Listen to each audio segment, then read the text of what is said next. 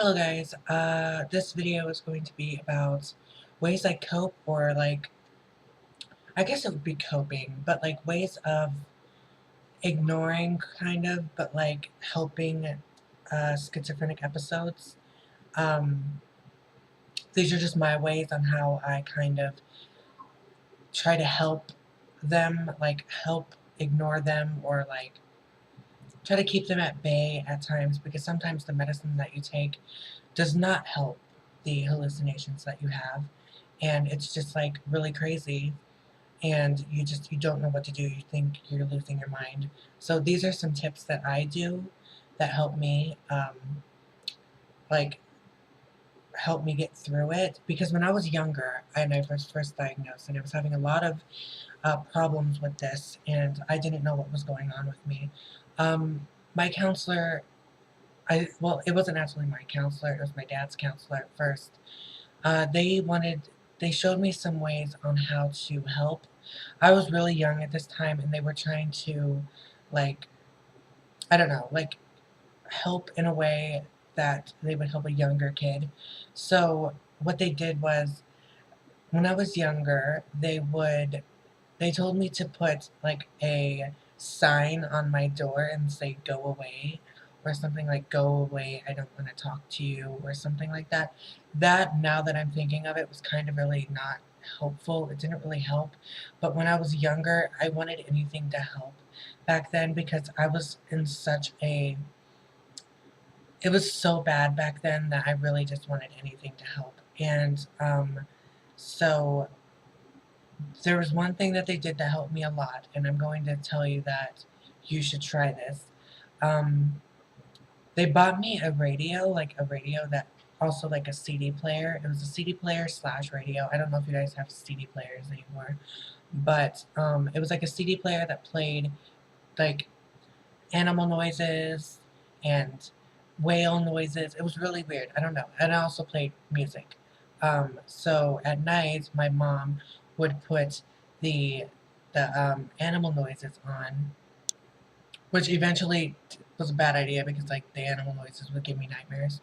But eventually, she put on just music, and that helped me a lot. It helped me sleep. It helped me so much. So listen to music when you sleep, not the scary shit. Because I heard of the story where this girl, she was working as a CNA, and this girl was like cleaning this girl's house, um, and the girl who that they were taking care of had schizophrenia, and the person who was cleaning the house put screamo music on, and very low, and left it on. And the other CNA was wondering why this girl was having such a problem sleeping and having such an issue.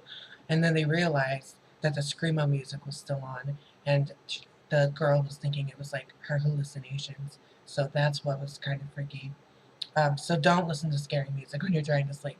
That's probably common sense.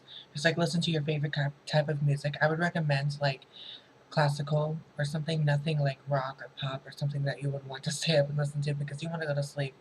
Also, sometimes your hallucinations happen during the day and you're awake and you have to just get things done, or you're just chilling, and sometimes your hallucinations happen, or my hallucinations happen, when I'm at home and I'm doing nothing. So, like, I have to find ways to try to make those kind of dull down.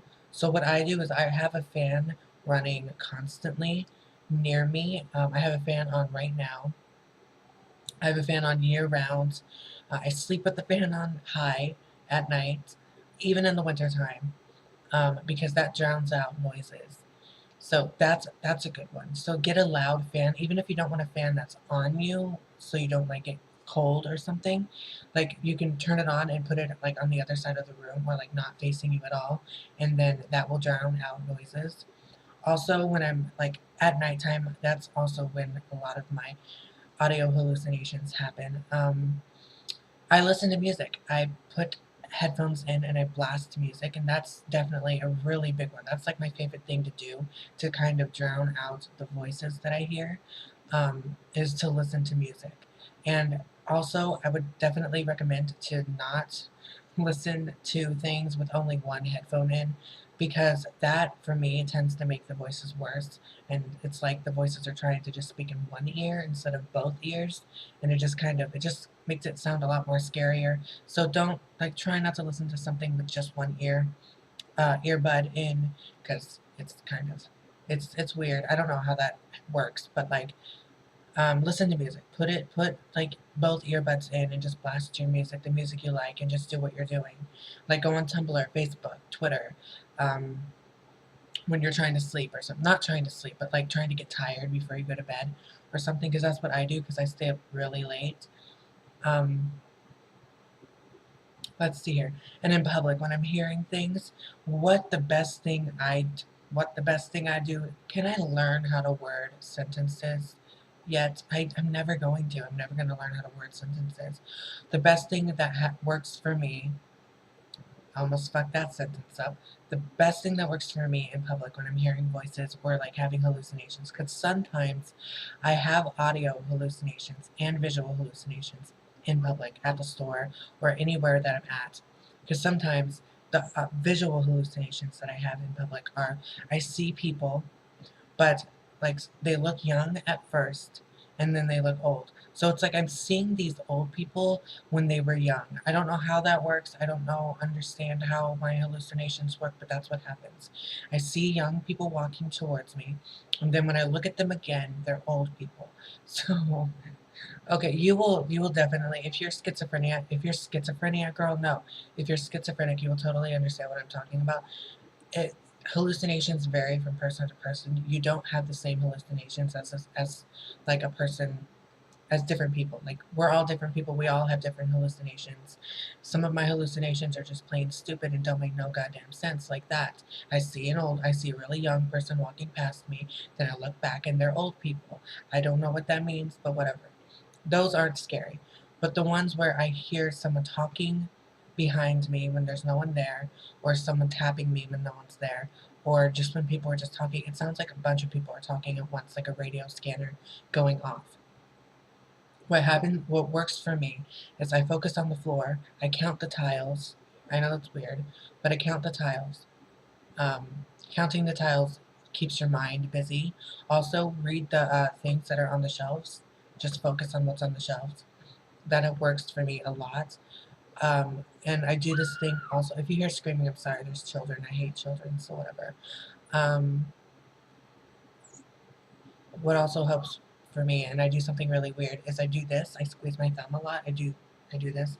I squeeze both of my thumbs and focus on that, and I focus on my breathing. That helps a lot when I'm in public. I don't listen to music when I'm in public because I like to be aware of my surroundings, and I don't want to get like robbed or beat up, or I just want to know where everybody is at all times. I'm talking so fast today. Um, but yeah, I do those things, and those definitely help in public. Um, but when I'm alone, uh, it's kind of hard because I can't really focus on things when I'm alone. So what I do is I just focus on my phone.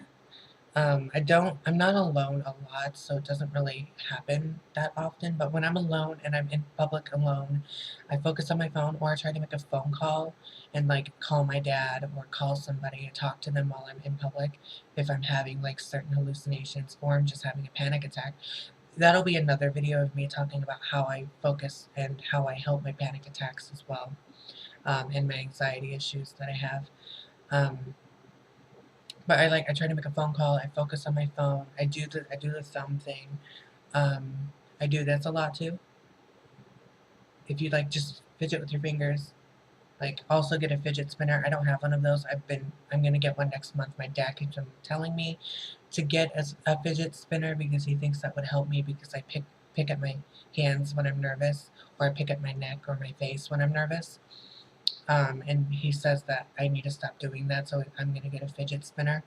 I don't want to be one of those people who be like, oh, fidget spinners are fucking awesome, but like, no, my dad said, he's the one who recommended it to me. He's like, you need to get a fidget spinner because I keep on, I pinch my skin when I'm nervous. I don't realize that I'm doing it, but I do it.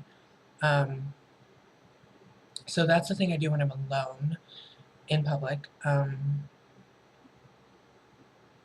So those are basically the only things I do to help my schizophrenia and help my hallucinations and just try to cope with it, because sometimes, like I said, your medicine does not get rid of all of the hallucinations, and you do have schizophrenic episodes when you're still on your medication. It doesn't stop the hallucinations completely.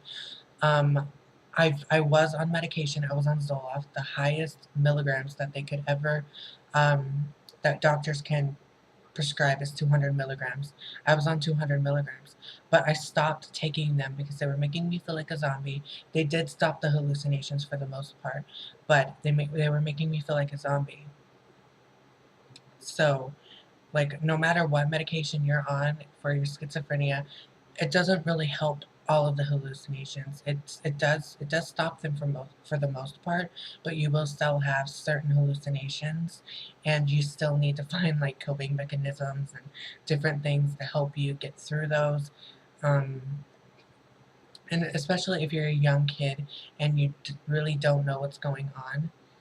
If you're a parent or anybody who is trying to help your child, I would recommend getting them some therapy. I know it's hard, it's really expensive, but there's some really like cheap stuff you can get.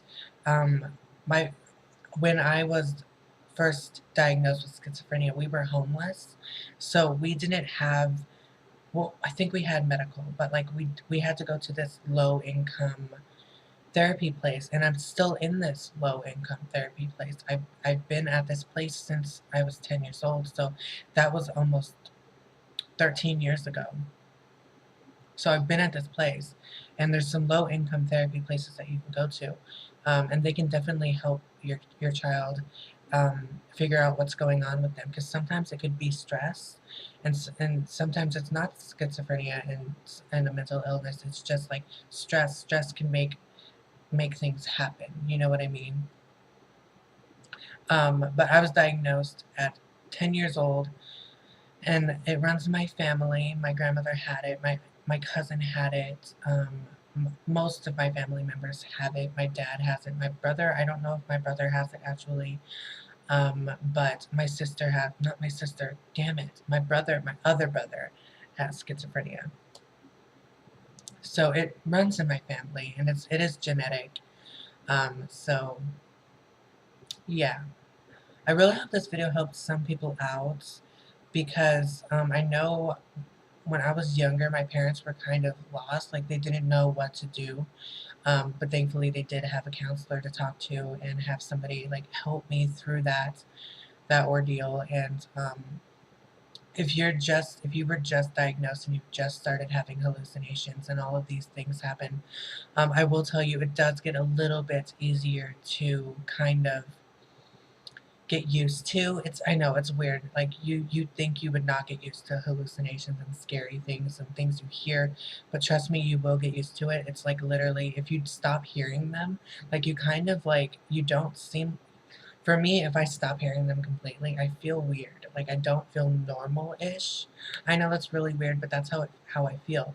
But if you're just starting to have these hallucinations and you've been diagnosed, and you're really scared, I will tell you, you will get used to it.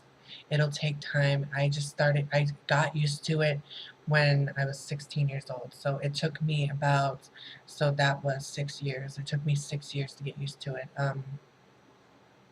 Because when I was 10, it escalated.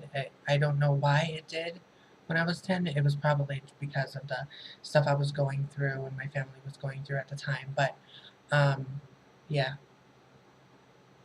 I hope this helps somebody. And if you have any questions, comment down below. And stay tuned for my next video. It's going to be on my social anxiety and my panic attacks and how I cope with those as well. They're kind of similar in ways how I cope, but not really. So yeah, I will talk to you guys later. Thumbs this up, subscribe. You really don't have to, but I would really appreciate it. And I will talk to you guys later. Bye.